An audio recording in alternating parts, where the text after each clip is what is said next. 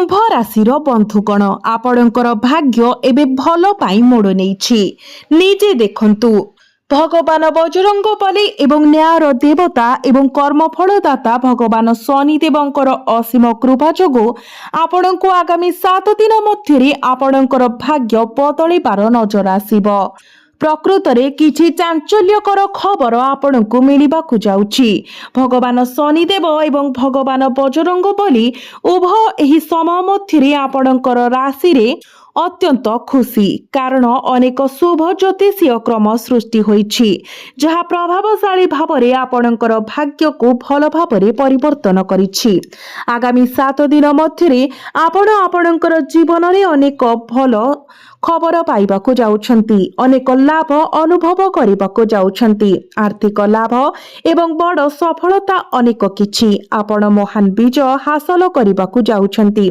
केही कहि परिबे जे आपण एही सप्ताह रे विजयर पताका लगाइबाकु जाउछंती। प्रभु बजरंग बली एवं भगवान शनिदेवंकर कृपारु आगामी 7 दिनर अवधि एपर्यंत आपण अनुभव करिथिबा सबुठारु भल समय हेबो बोली प्रतिश्रुति देउछि।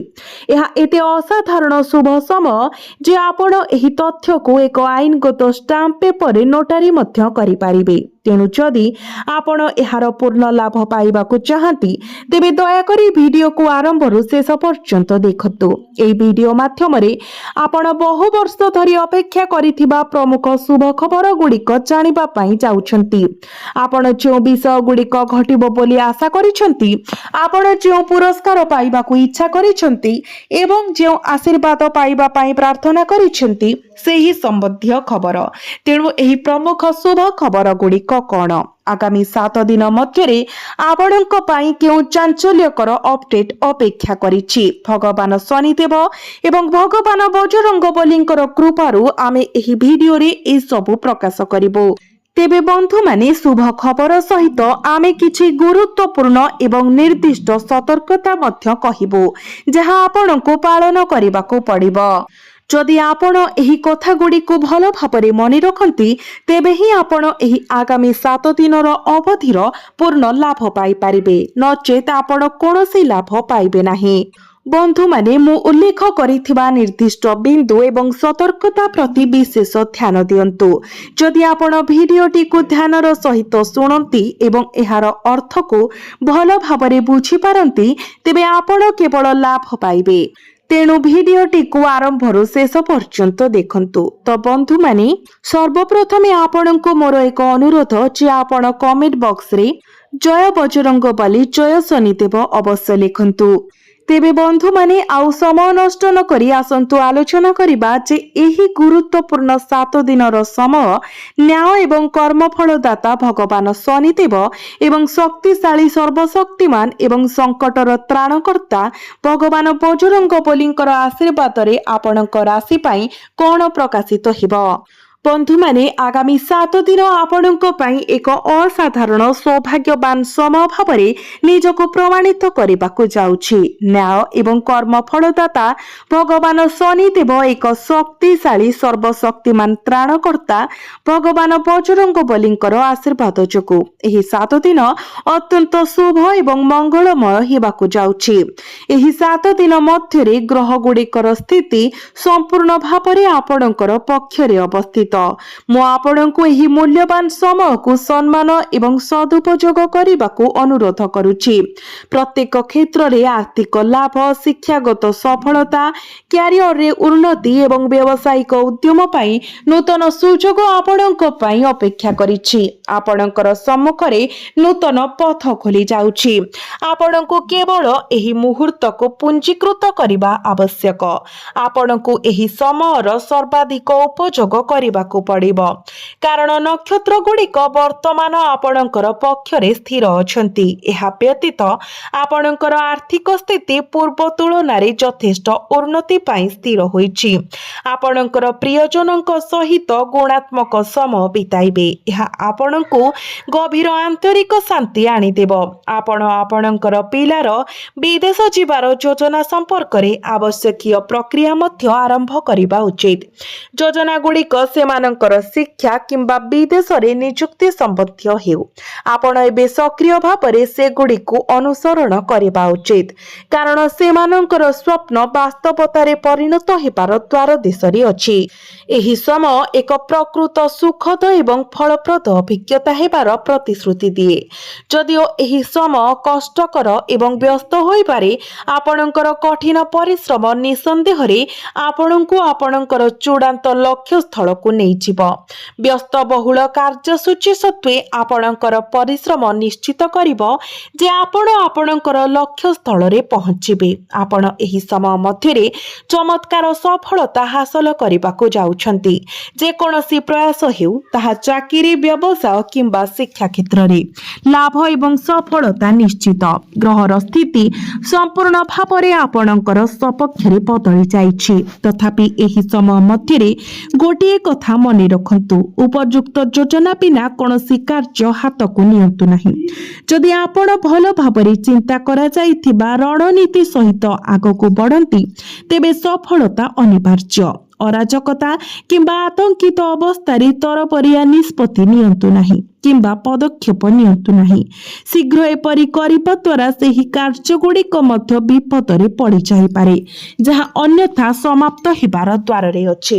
ଏହା ସହିତ ଆପଣଙ୍କର ବାସସ୍ଥାନ ପରିବର୍ତ୍ତନ ସମ୍ବନ୍ଧୀୟ ବିଷୟଗୁଡ଼ିକ ମଧ୍ୟରେ ଏକ ନିର୍ଦ୍ଦିଷ୍ଟ ପ୍ରକଳ୍ପ କିମ୍ବା ପ୍ରୟାସ ପାଇଁ ଯୋଜନା ରୂପ ନେବ ଏବଂ ଆପଣ ଏଥିରେ ସଫଳ ହେବେ। ଏହା ବ୍ୟତୀତ ଏହା ଏକ ଗୁରୁତ୍ୱପୂର୍ଣ୍ଣ ବିଷୟ। ପରିବାରର ସଦସ୍ୟଙ୍କ ପାଇଁ ବିବାହ କିମ୍ବା ନିର୍ବନ୍ଧ ଭଳି ଶୁଭ ପାରିବାରିକ କାର୍ଯ୍ୟକ୍ରମ ପାଇଁ ପ୍ରସ୍ତୁତି କରାଯିବ। ଏହି ସମୟ ପ୍ରକୃତରେ ଏକ ଉତ୍କୃଷ୍ଟ ସମୟ ହେବାର ପ୍ରତିଶ୍ରୁତି ଦିଏ। ବିବାହ ସମ୍ପର୍କରେ ଆଲୋଚନା ଆପଣଙ୍କ ଘରେ ହୋଇପାରେ। ଜୀବନସାଥୀ ଖୋଜୁଥିବା ଲୋକଙ୍କ ପାଇଁ ଏହି ସମୟ ମଧ୍ୟରେ ଆପଣଙ୍କର ସନ୍ଧାନ ଶେଷରେ ଏକ ସଫଳ ସିଦ୍ଧାନ୍ତରେ ପହଞ୍ଚିପାରେ। ଏହା ସହିତ ଆମେ ଆପଣଙ୍କୁ ଜଣାଇବାକୁ ଚାହୁଁଛୁ ଯେ ଯଦି ଆପଣ ନିକଟ ଅତୀତରେ କୌଣସି କଠିନ ପରିଶ୍ରମ କରିଛନ୍ତି କିମ୍ବା ଗୁରୁତ୍ୱପୂର୍ଣ୍ଣ ପ୍ରୟାସ କରିଛନ୍ତି, ଏହାର ପ୍ରକୃତି ଯାହା ହେଉନା କାହିଁକି, ସେହି ପରିଶ୍ରମର ଉତ୍କୃଷ୍ଟ ଫଳାଫଳ ଏବେ ଆପଣଙ୍କର ସମ୍ମୁଖରେ ପ୍ରକାଶ ପାଇବାକୁ ଯାଉଛି। ଆପଣ ଏବେ ଆପଣଙ୍କର ପ୍ରୟାସର ପୁରସ୍କାର ପାଇବାକୁ ଯାଉଛନ୍ତି। ସଂକ୍ଷେପରେ, ବିଭିନ୍ନ ବାଧା ଏବେ ପ୍ରତିବନ୍ଧକର ସମ୍ମୁଖୀନ ହେବା ସତ୍ତ୍ୱେ ଆପଣ ଏହି ସମୟ ମଧ୍ୟରେ ଆପଣଙ୍କର ସମସ୍ତ ଗୁରୁତ୍ୱପୂର୍ଣ୍ଣ କାର୍ଯ୍ୟ ସଫଳତାର ସହ ସମାପ୍ତ କରିପାରିବେ। ପରିବାର ମଧ୍ୟରେ ସମ୍ପର୍କ ଅଧିକ ସୁସଙ୍ଗତ ହେବ ଏବଂ ଅତୀତର ଯେକୌଣସି ନକାରାତ୍ମକ ଭୁଲ ବୁଝାମଣା ସମାଧାନ ହେବ। ଯଦି ପରିବାର ମଧ୍ୟରେ କୌଣସି ନକାରାତ୍ମକ ଭୁଲ ବୁଝାମଣା ଥାଏ, ତେବେ ସେଗୁଡ଼ିକ ଏବେ ଦୂର ହେବାକୁ ଯାଉଛି, ଯାହା ପରିବାର ମଧ୍ୟରେ ଆନନ୍ଦ ଏବଂ ଖୁସିର ପରିବେଶ ପାଇଁ ପଥ ପ୍ରଶସ୍ତ କରିବ। ଏହି ସମୟରେ ଏକ ବିଶେଷ ଗୁରୁତ୍ୱପୂର୍ଣ୍ଣ ଦିଗ ହେଉଛି ଯେ ଅନେକ ବ୍ୟକ୍ତିଙ୍କ ପାଇଁ ପିତାମାତା ହେବାର ଆନନ୍ଦ ଉପରେ ଅଛି। ଯେଉଁମାନେ ସନ୍ତାନ ପ୍ରାପ୍ତି ପାଇଁ ଇଚ୍ଛୁକ, ଯେଉଁମାନେ ସନ୍ତାନ ସୁଖର କାମନା କରୁଛନ୍ତି ଏବଂ ଏପର୍ଯ୍ୟନ୍ତ ପିତାମାତା ହେବାର ଆନନ୍ଦ ଅନୁଭବ କରିନାହାନ୍ତି, ସେମାନଙ୍କ ପାଇଁ ଅନୁକୂଳ ମହାଜାଗତିକ ସମନ୍ୱୟ ସୃଷ୍ଟି ହେଉଛି, ଯାହା ସୂଚିତ କରେ ଯେ ଆପଣ ଶୀଘ୍ର ଏକ ସନ୍ତାନ ପାଇବା ପାଇଁ ଯାଉଛନ୍ତି। ଏହା ବିଶେଷ ଭାବରେ ସେହି ବ୍ୟକ୍ତିମାନଙ୍କ ପାଇଁ ପ୍ରଯୁଜ୍ୟ ଯେଉଁମାନେ ପିତାମାତା ହେବାର ଉପହାର ପାଇଁ ଆଗ୍ରହୀ ଅଛନ୍ତି। ଆପଣଙ୍କ ପାଇଁ ଆଗାମୀ ସମୟର ପ୍ରକୃତି ଏହିପରି। ତଥାପି ଆସନ୍ତୁ କିଛି ସତର୍କତା ବିଷୟରେ ମଧ୍ୟ ଜାଣିବା, ଯାହା ଆପଣଙ୍କୁ ପାଳନ କରିବା ଉଚିତ। ବନ୍ଧୁମାନେ, ଆପଣମାନେ ମନେ ରଖିବା ଉଚିତ ଯେ ଅତ୍ୟଧିକ ଆତ୍ମବିଶ୍ୱାସ କେତେକ ସମୟରେ ଆପଣଙ୍କର ସମସ୍ୟାର ମୂଳ କାରଣ ହୋଇପାରେ। ପ୍ରକୃତରେ ଏହା ପ୍ରାୟତଃ ହୁଏ ଅତ୍ୟଧିକ ଆତ୍ମବିଶ୍ୱାସ, ବିଶେଷ କରି ଅତ୍ୟଧିକ ଆତ୍ମବିଶ୍ୱାସ ଆପଣଙ୍କର ଅସୁବିଧାର ମୂଳ ହୋଇପାରେ। ତେଣୁ ଆପଣଙ୍କର ଯୋଜନାକୁ ବାସ୍ତବରେ ପରିଣତ କରିବା ପାଇଁ କଠିନ ପ୍ରୟାସ ଆବଶ୍ୟକ। ତେଣୁ ଆପଣ କ'ଣ କରିବା ଉଚିତ? ପ୍ରଥମେ ଏବଂ ସର୍ବୋପରି ଆପଣଙ୍କର କଥାରେ ମଧୁରତା ରଖନ୍ତୁ, ବିନମ୍ର ଭାବରେ କୁହନ୍ତୁ ଏବଂ ଅଭଦ୍ର କିମ୍ବା ଅନୁପଯୁକ୍ତ ଆଚରଣକୁ ଏଡ଼ାନ୍ତୁ। କାରଣ କେତେକ ସମୟରେ ଆପଣଙ୍କର ପ୍ରୟାସରେ ଅଗ୍ରଗତି ନ ହେବା ସିଧାସଳଖ ଆପଣଙ୍କର ଆଚରଣକୁ ଦାୟୀ କରିପାରେ। ଭଲ ଆଚରଣ ବଜାୟ ରଖନ୍ତୁ ଏବଂ ନିଶ୍ଚିତ କରନ୍ତୁ ଯେ ଆପଣଙ୍କର କଥା କୋମଳ ଏବଂ ସୁଖଦ ରହୁ। ତାପରେ କେବଳ ଦେଖନ୍ତୁ ଯେ ଆପଣଙ୍କର କାର୍ଯ୍ୟଗୁଡ଼ିକ କିପରି ସଫଳ ହୁଏ। ଏହା ବ୍ୟତୀତ ଏଠାରେ ସତର୍କତାର ଏକ କଥା, ପଡ଼ୋଶୀ ଏବଂ ପରିଚିତ ମାନଙ୍କ ସହିତ ଆପଣଙ୍କର ସମ୍ପର୍କ ବିଷୟରେ ସୁସ୍ଥ ଦୂରତା ବଜାୟ ରଖିବା ବୁଦ୍ଧିମାନର କାର୍ଯ୍ୟ ହେବ। ସେମାନଙ୍କୁ ଟିକିଏ ଦୂରରେ ରଖନ୍ତୁ, କାରଣ ଏହି ସମୟ ମଧ୍ୟରେ ଶତ୍ରୁମାନେ ଉଚ୍ଚ ହାତ ପାଇବାକୁ ଚେଷ୍ଟା କରିପାରନ୍ତି। ତଥାପି ଯଦି ଆପଣ ଆତ୍ମନିର୍ଭରଶୀଳ ରୁହନ୍ତି, ତେବେ ସେମାନେ ଆପଣଙ୍କ ବିରୁଦ୍ଧରେ ଠିଆ ହେବେ। କାହାକୁ ଆପଣଙ୍କର ଗୁପ୍ତ କଥା ପ୍ରକାଶ କରନ୍ତୁ ନାହିଁ। ଏକ କଠୋର ନିୟମ କରନ୍ତୁ। ଆପଣଙ୍କ ଜୀବନର ଲକ୍ଷ୍ୟ, ଆପଣଙ୍କର ବର୍ତ୍ତମାନର କାର୍ଯ୍ୟକଳାପ କିମ୍ବା ଆପଣ କରୁଥିବା ନିର୍ଦ୍ଦିଷ୍ଟ ପ୍ରକଳ୍ପଗୁଡ଼ିକୁ ପ୍ରକାଶ କରନ୍ତୁ ନାହିଁ। ଏପରି ବିଷୟଗୁଡ଼ିକୁ ନିଜ ପାଖରେ ରଖନ୍ତୁ। ଆପଣ ସଫଳତା ହାସଲ ନ କରିବା ପର୍ଯ୍ୟନ୍ତ ପ୍ରଗତି ନ କରିବାର ଏକ ଗୁରୁତ୍ୱପୂର୍ଣ୍ଣ କାରଣ ହେଉଛି ଆପଣ ଅନ୍ୟମାନଙ୍କ ସହିତ ଆପଣଙ୍କର ଗୁପ୍ତ କଥା ବାଣ୍ଟିଥାନ୍ତି। ତେଣୁ ଆପଣଙ୍କୁ ଏହି ନିର୍ଦ୍ଦିଷ୍ଟ ସତର୍କତା ଅବଲମ୍ବନ କରିବାକୁ ପଡ଼ିବ। ଏହି କ୍ଷେତ୍ରରେ ମଧ୍ୟ ଆପଣଙ୍କର ଗୁପ୍ତ କଥା ପ୍ରକାଶ କରନ୍ତୁ ନାହିଁ। କେବଳ ଆପଣଙ୍କର ବାଛିଥିବା କ୍ଷେତ୍ରରେ ଆଗକୁ ବଢ଼ିବା ଜାରି ରଖନ୍ତୁ। ଆପଣ ବର୍ତ୍ତମାନ ଯାହା କରୁଛନ୍ତି ତାହା ସକାରାତ୍ମକ ଫଳାଫଳ ପ୍ରଦାନ କରୁଛି। ଏହି ଚିନ୍ତାଧାରା ମନରେ ରଖନ୍ତୁ। କଠିନ ପରିଶ୍ରମ କରନ୍ତୁ ଏବଂ ଆଗକୁ ବଢ଼ନ୍ତୁ। ସଫଳତା ଆପଣଙ୍କର ପାଦ ଚୁମ୍ବନ କରିବ ଏବଂ ଆପଣ ସ୍ମାରକୀ ବିଜୟ ହାସଲ କରିବେ। ଏହା ସହିତ ଦୟାକରି ପରାମର୍ଶ ଦିଅନ୍ତୁ ଯେ ଏହି ସମୟରେ ଆପଣ ସମ୍ଭାବ୍ୟ ଭାବରେ କୋର୍ଟ ମାମଲା କିମ୍ବା ସରକାର ସମ୍ବନ୍ଧୀୟ ଆଇନଗତ ମାମଲାରେ ଫସି ରହିପାରନ୍ତି।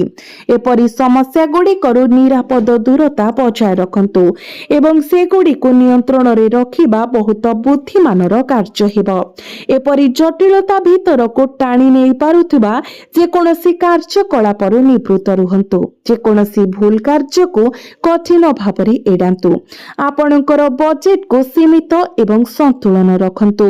ଏହାକୁ ଆପଣଙ୍କର ପ୍ରକୃତ ଆବଶ୍ୟକତା ସହିତ କଠିନ ଭାବରେ ସମନ୍ୱିତ କରିବା ଆପଣଙ୍କ ପାଇଁ ସମ୍ପୂର୍ଣ୍ଣ ଜରୁରୀ। ଆପଣଙ୍କର ପିଲାମାନଙ୍କର କାର୍ଯ୍ୟକଳାପ ଉପରେ ତୀକ୍ଷ୍ଣ ଏବଂ ସତର୍କ ନଜର ରଖନ୍ତୁ। ଏହା କରିବା ଦ୍ୱାରା କେବଳ ଆପଣଙ୍କୁ ଲାଭ ହେବ ନାହିଁ, ବରଂ ପିଲାମାନେ ଉପଯୁକ୍ତ ମାର୍ଗଦର୍ଶନ ପାଇବେ ତାହା ମଧ୍ୟ ନିଶ୍ଚିତ ହେବ। ଏହା ବ୍ୟତୀତ ଆପଣଙ୍କର ପ୍ରେମ ସମ୍ପର୍କ କଥା ଯଦି କହିବା, ତ ଆପଣଙ୍କ ମଧ୍ୟରେ ସମ୍ପର୍କ ମଧୁର ହେବ। ବୈବାହିକ ଜୀବନରେ ମଧ୍ୟ ସ୍ୱାମୀ ଏବଂ ସ୍ତ୍ରୀଙ୍କ ସମ୍ପର୍କରେ ସଦ୍ଭାବନା ଏବଂ ମଧୁରତା ପ୍ରବାହିତ ହେବ। ଯଦି କୌଣସି କାରଣରୁ କୌଣସି ମତଭେଦ କିମ୍ବା ଭୁଲ ବୁଝାମଣା ସୃଷ୍ଟି ହୋଇଥିଲା, ତେବେ ତାହା ଏବେ ସମାଧାନ ହୋଇଯିବ। ଆପଣଙ୍କର ଘର ଏବଂ ପାରିବାରିକ ଜୀବନରେ ଆନନ୍ଦ ଏବଂ ଖୁସିର ବାତାବରଣ ପରିବ୍ୟାପ୍ତ ହେବ। ଆପଣ ଆପଣଙ୍କର ଜୀବନ ସାଥୀଙ୍କର ସମ୍ପୂର୍ଣ୍ଣ ଅଟଳ ସମର୍ଥନ ପାଇବେ। ଯେପରି ଆମେ ପୂର୍ବରୁ କହିଥିଲୁ, ଯେଉଁମାନେ ଅବିବାହିତ ସେମାନେ ଏକ ପ୍ରତିଶ୍ରୁତିପୂର୍ଣ୍ଣ ମିତ୍ରତା ପାଇଁ ପ୍ରସ୍ତାବ ପାଇପାରନ୍ତି। ଆପଣଙ୍କ ଗୃହରେ ଶୁଭ ମାଙ୍ଗଳିକ କାର୍ଯ୍ୟର ଆୟୋଜନ ହୋଇପାରେ। ବିବାହ ସମ୍ପର୍କରେ ଆଲୋଚନା ହୋଇପାରେ। ଯେଉଁମାନେ ଅବିବାହିତ ସେମାନଙ୍କ ପାଇଁ ଏକ ଉପଯୁକ୍ତ ଜୀବନସାଥୀ ଖୋଜିବା ଶେଷରେ ଏକ ସଫଳ ନିଷ୍କର୍ଷରେ ପହଞ୍ଚିପାରେ। ଯଦି ଆପଣ କାହା ପ୍ରତି ପ୍ରେମର ଭାବନା ରଖିଛନ୍ତି, ତେବେ ଏହା ହେଉଛି ସେହି ସମୟ। ଆପଣଙ୍କର ଭାବନାକୁ ସମ୍ପୂର୍ଣ୍ଣ ଏବଂ ଖୋଲାଖୋଲି ଭାବରେ ପ୍ରକାଶ କରନ୍ତୁ। ସେମାନଙ୍କୁ ସ୍ପଷ୍ଟ ଭାବରେ ଜଣାନ୍ତୁ ଯେ ଆପଣ ସେମାନଙ୍କୁ ଭଲ ପାଆନ୍ତି। ଯଦି ଆପଣ ସମ୍ପର୍କକୁ ପରବର୍ତ୍ତୀ ସ୍ତରକୁ ନେଇ ବିବାହ କରିବାକୁ ଚାହାନ୍ତି, ତେବେ ଏହା ପ୍ରକୃତରେ ଏକ ଅନୁକୂଳ ସମୟ। ଏହା ଘଟିବାର ଏକ ପ୍ରବଳ ସମ୍ଭାବନା ଅଛି। ଏହା ବ୍ୟତୀତ ଆପଣଙ୍କର ପିଲାମାନଙ୍କ ସମ୍ବନ୍ଧୀୟ ସମସ୍ୟାଗୁଡ଼ିକ ବିଷୟରେ କିଛି ବିଷୟରେ ଆପଣଙ୍କର ଜୀବନସାଥୀଙ୍କ ସହିତ କିଛି ଛୋଟ ମୋଟ ଝଗଡ଼ା କିମ୍ବା ମତଭେଦ ହୋଇପାରେ। ତଥାପି ଏହି ପାର୍ଥକ୍ୟ ଗୁଡ଼ିକ ସର୍ବନିମ୍ନ ପ୍ରୟାସ ସହିତ ବହୁତ ଶୀଘ୍ର ସମାଧାନ ହୋଇଯିବ। ଏଗୁଡ଼ିକ କେବଳ ସାମାନ୍ୟ ଛୋଟ ଝଗଡ଼ା ଏବଂ ଏଗୁଡ଼ିକ ବିଶେଷ ଭାବରେ ପିଲାମାନଙ୍କ ସହ ଜଡ଼ିତ ସମସ୍ୟାରୁ ଉତ୍ପନ୍ନ ହେବ। ଅତ୍ୟଧିକ ନିରାଶ ହେବାର ଆବଶ୍ୟକତା ନାହିଁ। ସାଧାରଣରେ କହିବାକୁ ଗଲେ ଘର ଏବଂ ପରିବାର ମଧ୍ୟରେ ପରିବେଶ ସୁଖଦ ରହିବ। ସ୍ୱାମୀ ଏବଂ ସ୍ତ୍ରୀଙ୍କ ମଧ୍ୟରେ ପାରସ୍ପରିକ ସମ୍ପର୍କ ସୁସଙ୍ଗତ ରହିବ। ବନ୍ଧୁମାନଙ୍କ ସହିତ ଏକ ପାରିବାରିକ ସାକ୍ଷାତ କିମ୍ବା ସାମାଜିକ ସମାବେଶ ମଧ୍ୟ ହୋଇପାରେ। आपणकर क्यारियर एवं व्यवसाय संबंधी आलोचना विषय मु आपणकु कहिबाकु चाहे यह एपरि एक समय जेतेबेले आपण आपणकर वृत्तिगत जीवन रे उच्चतारे पहुंचीबाकु जाउछंती। जदि आपण कोनोसी चाकरी संबंधी साक्षात्कार किंबा परीक्षा देइछंती तेबे आपण एथिरु लाभ पाइबे, आपण सफलतार सम्मुखीन हेबे एवं आपण आपणकर लक्ष्य हासिल करिवे।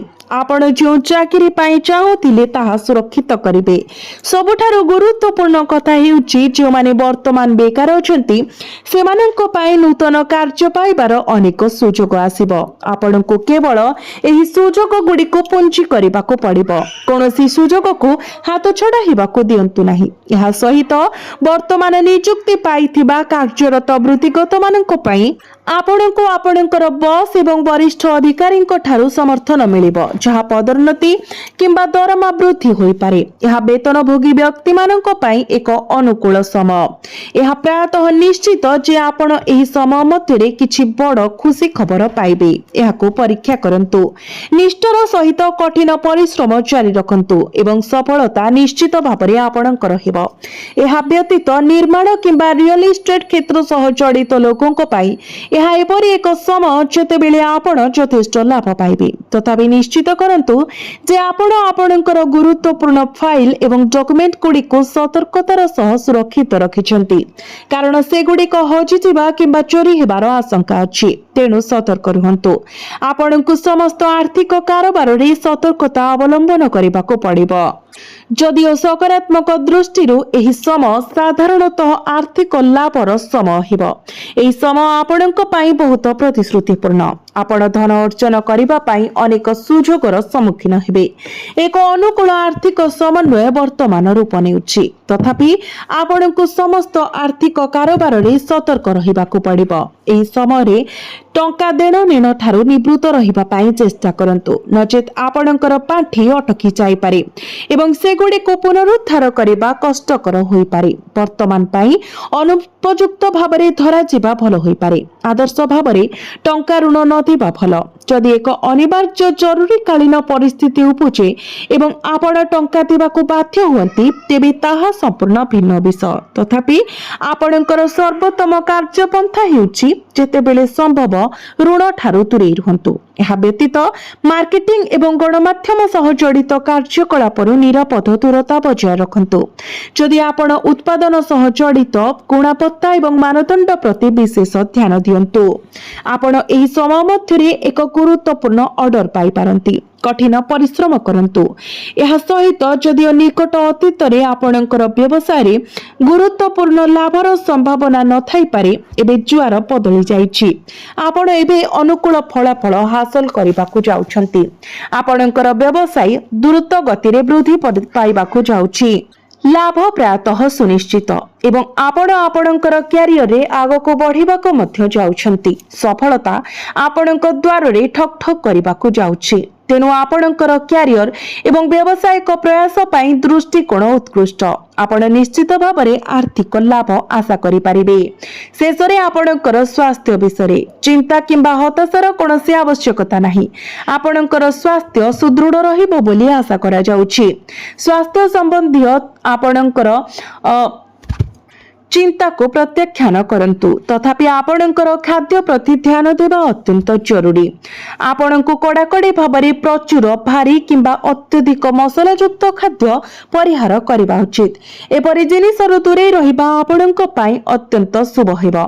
सहजरे पाचन योग्य खाद्य बाछंतु एवं आपणकर खाद्य रे यथा संभव आयुर्वेदिक उपादान शामिल करंतु। नियमित भाबरे योग एवं प्राणायाम अभ्यास करंतु। एही कार्यकलाप पाई किछि समय दियंतु। आपणकर स्वास्थ्य पाई अत्यंत लाभदायक प्रमाणित हेबो।